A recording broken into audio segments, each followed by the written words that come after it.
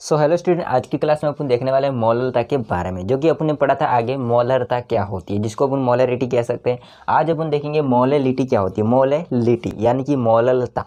तो समझिए इसकी डेफिनेशन को। तो डेफिनेशन क्या कहना चाहते हैं इसको समझिए कि 1 किलोग्राम विलायक में उपस्थित विलेय पदार्थ के मोलों की संख्या को उस विलयन की मोलरता कहते हैं। समझिए ध्यान से कि 1 किलोग्राम अपन के पास क्या है, विलायक है, उसमें जितने भी घुले हुए विलेय मोलों की संख्या, उसी को अपन क्या कह सकते हैं, मोलरता कह सकते हैं। समझे ना। अपन ने मोलरता जो था उसमें क्या पढ़ा था कि 1 लीटर विलियन में जितने भी घुले हुए विलेय मोलों की संख्या, तो वो तो था क्या, मोलरता। नहीं देखा है वीडियो तो उसका आपको लिंक डिस्क्रिप्शन या फिर ऊपर आई बटन में मिल जाएगा, तो उस वीडियो को आप जरूर देख लीजिए, इसके बारे में इसको देखिए।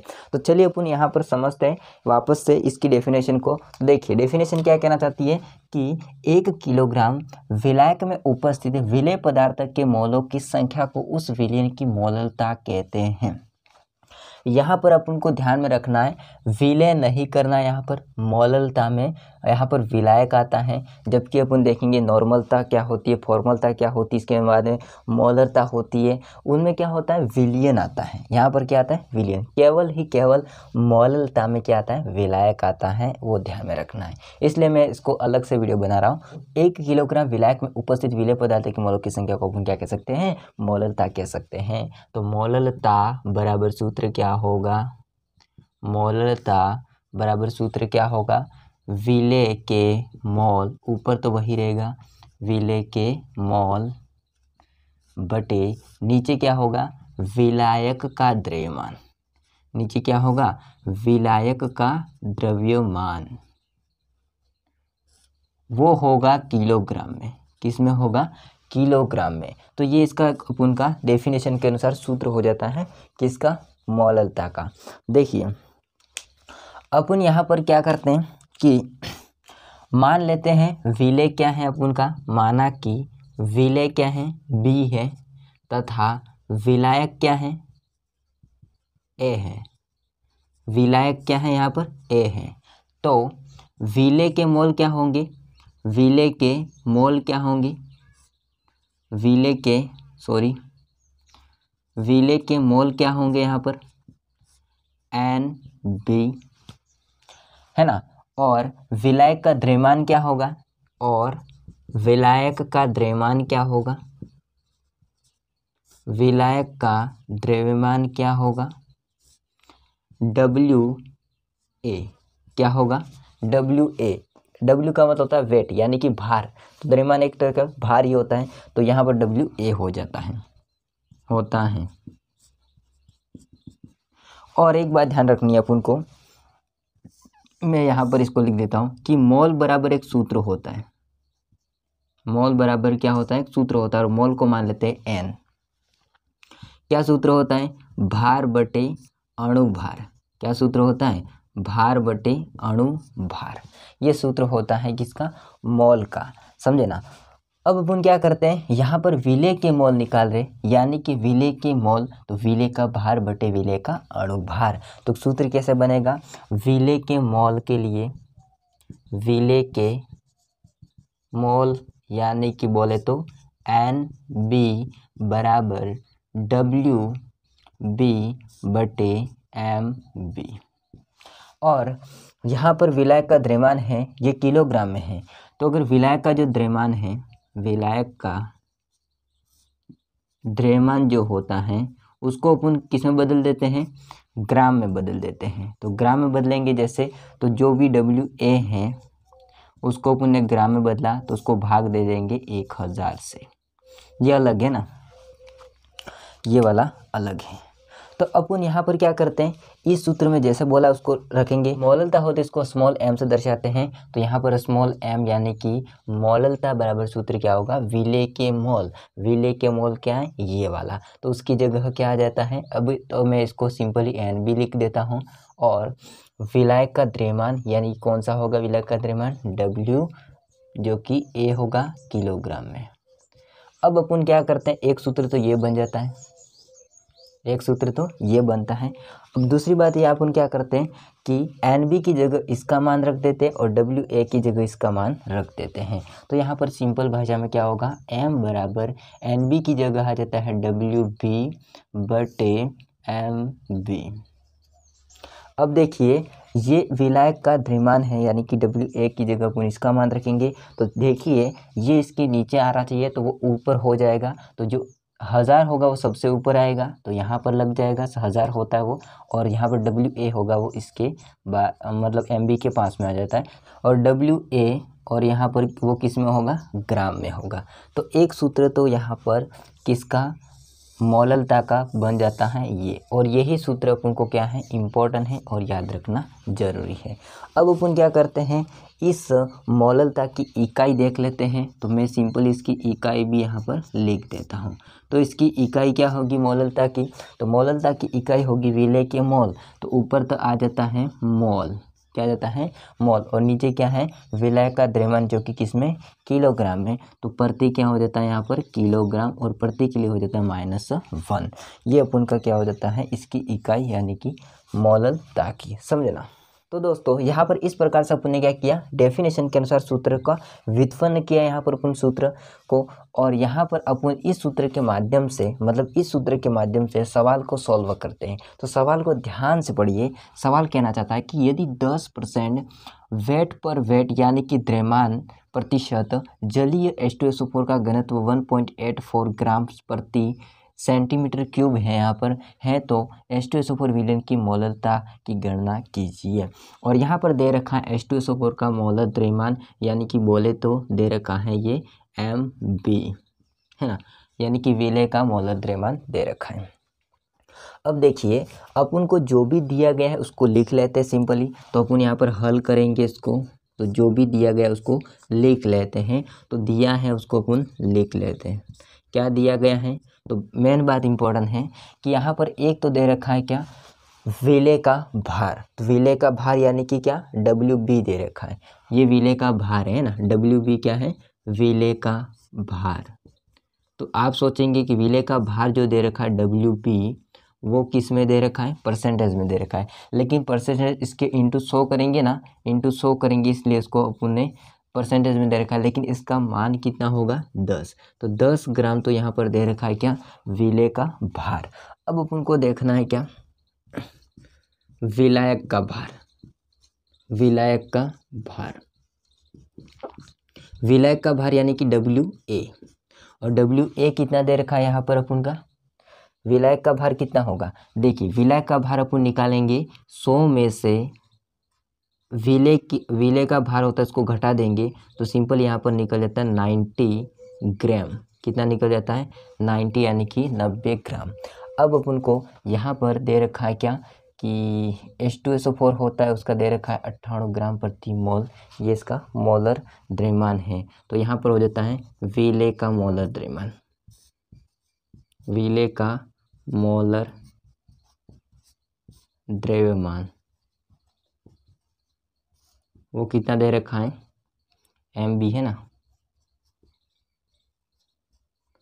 वो दे रखा है कितना, यहाँ पर अपन को 98 ग्राम प्रति मोल, है ना, ये अपन को दे रखा है। अब अपन को सिंपली सूत्र लगाना है ये वाला। अब सिंपली मान रखते जाएंगे अपन, तो मान कैसे रखेंगे, देखिए WB कितना है अपन का, देखिए WB यानी कि क्या होता है, विलेय का भार कितना है, 10 ग्राम। तो हो जाता है 10 इंटू 1000 ओपन MB यानी कि क्या होता है, विलेय का मोलर द्रव्यमान कितना है, 98। तो यहाँ पर हो जाता है 98 इंटू WA विलायक का भार कितना है, 90। तो यहाँ पर हो जाता है 90। इसको यहाँ से 0 से 1 0 कट जाएगा, बाकी बचा कितना, 1000 ओपन 98 इंटू 9, इसका गुणा करेंगे तो 1000 ओपन 88 और 2, 882 आ जाता है। अब इसको अपन कट आउट करेंगे तो सिंपल भाग देंगे या फिर कट आउट करेंगे तो इसका आंसर आ जाता है 1.134। यहाँ पर यूनिट कौन सी लगेगी, मोल प्रति किलोग्राम। तो यहाँ पर यूनिट लग जाती है मोल प्रति किलोग्राम, यानी कि kg, ये अपन का निकल जाता है क्या, मोललता। किसकी मोललता निकल जाती है, तो H2SO4 विलेन की मोललता निकल जाती है। तो इस प्रकार से आप क्या कर सकते हैं, सॉल्व कर सकते हैं जो भी आपका सवाल दे रखा होगा उसको, है ना। तो आपको यहाँ पर एक बात ध्यान रखनी है क्या, कि आपकी किताब में जो भी सवाल दे रखे हैं तो आप क्या कीजिए, इस सूत्र के माध्यम से इस सवाल, ऐसे जो सवाल दे रखे मैंने जैसे आपको सॉल्व करा है वैसे वैसे आप सॉल्व कर दीजिएगा। तो आपके सूत्र के अनुसार जो भी सवाल हो तो उसकी प्रैक्टिस हो जाएगी। साथ में आप क्या कीजिए, ये सूत्र आपको याद कर लेना है। हालांकि मौलरता का सूत्र नहीं पूछ सकता है, लेकिन यहाँ पर मौललता का सूत्र पूछ सकता है जरूर, क्योंकि वो थोड़ा सा अलग है बाकी की तुलना में, इसलिए। तो आप क्या कीजिए, इसका एक स्क्रीनशॉट ले लीजिए। आगे मैं बताता हूँ नॉर्मलता क्या होती है। अब दोस्तों अपन देखते हैं क्या नॉर्मलता के बारे में। नॉर्मलिटी या फिर इसको अपन कैपिटल N से दर्शाते हैं। यहाँ पर समझिए इसकी डेफिनेशन क्या कहना चाहती है, कि 1 लीटर विलयन में घुले हुए या उपस्थित विलेय पदार्थ के ग्राम तुल्यांकों की संख्या को उस विलयन की क्या कहते हैं, नॉर्मलता। समझे नहीं समझे, क्या कहना चाहता है कि 1 लीटर विलयन है, उसमें जितने भी उपस्थित हैं क्या, विलेय के ग्राम तुल्यांक। ये अपन को वर्ड इंपॉर्टेंट लगता है क्या, नॉर्मलता जैसे आपको दिमाग में आए तो नॉर्मलता के लिए अपन का लगाना चाहिए क्या, ग्राम तुल्यांक। और ग्राम तुल्यांक बराबर आपको मैं बता देता हूँ, एक सूत्र होता है क्या, भार बटा तुल्यांकी भार, भार बटा तुल्यांकी भार, ये वाला सूत्र होता है ना। तो आपको दिमाग में आना चाहिए कि जो अपन नॉर्मलता की बात करते थे, 1 लीटर विलयन में जो भी घुले हुए हैं क्या, विलेय, उसके क्या हो जाएंगे, ग्राम तुल्यांक की संख्या ना, ग्राम तुल्यांकों की संख्या, उसी को कहते हैं नॉर्मलता। तो नॉर्मलता का यहाँ पर अपन का सूत्र हो जाता है क्या, नॉर्मलता, इसको दर्शाते हैं कैपिटल N से। तो N बराबर हो जाता है ऊपर विलेय के ग्राम तुल्यांक, विलेय के ग्राम तुल्यांक, नीचे क्या होगा, नीचे क्या होगा, विलयन का आयतन, विलयन का आयतन। और ये जो आयतन है वो किस में है, लीटर में, किस में है, लीटर में, है ना। यहाँ पर एक बात ध्यान रखना है, जो अपन ने पढ़ा था आगे मौलरता, इसमें क्या था, विलेय का आयतन तो था ही सही, लेकिन ऊपर क्या था, विलेय के मोल था। लेकिन यहाँ पर क्या है, विलेय के ग्राम तुल्यांक, इतना फर्क है, बाकी कोई फर्क नहीं है।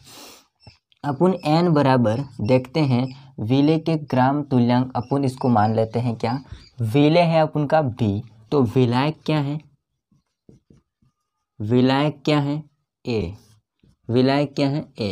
लेकिन विलयन का आयतन क्या है, विलयन का आयतन अपन मान लेते हैं क्या, V, जो कि लीटर में, है ना। तो अपन को देखना है ग्राम तुल्यांक। मैंने अभी बताया कि ग्राम तुल्यांक बराबर एक सूत्र होता है, मैं इस सूत्र को यहाँ पर लिख लेता हूँ कि ग्राम तुल्यांक बराबर एक सूत्र होता है, क्या सूत्र होता है, सूत्र होता है कि भार यानी कि W बटे तुल्यांकी भार। तो सूत्र किस प्रकार से हो जाता है, ग्राम तुल्यांक बराबर भार यानी कि W बटा तुल्यांकी भार यानी कि इक्वल, और भार के लिए W किसका, विलेय का यानी कि B। तो इसके लिए यहाँ पर ये सूत्र होगा। तो सिंपल अपन क्या करते हैं, विलेय का ग्राम तुल्यांक का सूत्र ये जो लिखा मैंने वो लिख देता हूँ, यानी कि WB बटे नीचे क्या होगा, इक्वल के लिए और W और इसका होल्स B, क्योंकि विलेय का तुल्यांकी भार, और इनटू यहाँ पर है विलयन का आयतन, जो कि आयतन कितना है उनका V, और V है जो उसको अपन लीटर से बदल देंगे ml में। जब ml में बदलेंगे तो ये बटे 1000 करना पड़ेगा, ये 1000 ऊपर चला जाएगा, जैसे ऊपर चला जाएगा तो मैं इसको ऊपर लिख देता हूँ, है ना। तो सिंपल यहाँ पर हो जाता है 1000। तो इस प्रकार से अपन किसका सूत्र ज्ञात किया, नॉर्मलता का। किसका सूत्र ज्ञात किया, नॉर्मलता का। समझे ना समझे। अब अपन क्या करते हैं, इसकी इकाई को निकालते हैं, किसकी, नॉर्मलता की इकाई। तो एक बात ध्यान रखिए, इकाई कैसे निकलेगी, पहले यहाँ पर विलेय का भार है, तो भार हमेशा किस में रहता है, ग्राम में, तो ग्राम हो जाता है। और तुल्यांकी भार के लिए सिंबल इक्वल होगा, तो यहाँ पर हो जाएगा इक्वलिटी, है ना, ये इक्वल भी कह सकते हैं आप। और इनटू विलियन का आयतन जो कि है लीटर में, लेकिन बटे में है इसलिए आ जाता है प्रति लीटर L-1। इसको या तो ऐसे भी लिख सकते हैं, क्या, ग्राम तुल्यांकी के लिए हो जाता है इक्वल प्रति लीटर, क्या हो जाता है, प्रति लीटर। तो ये तो इसका हो जाती इकाई, और ये इसका सूत्र नॉर्मलता का।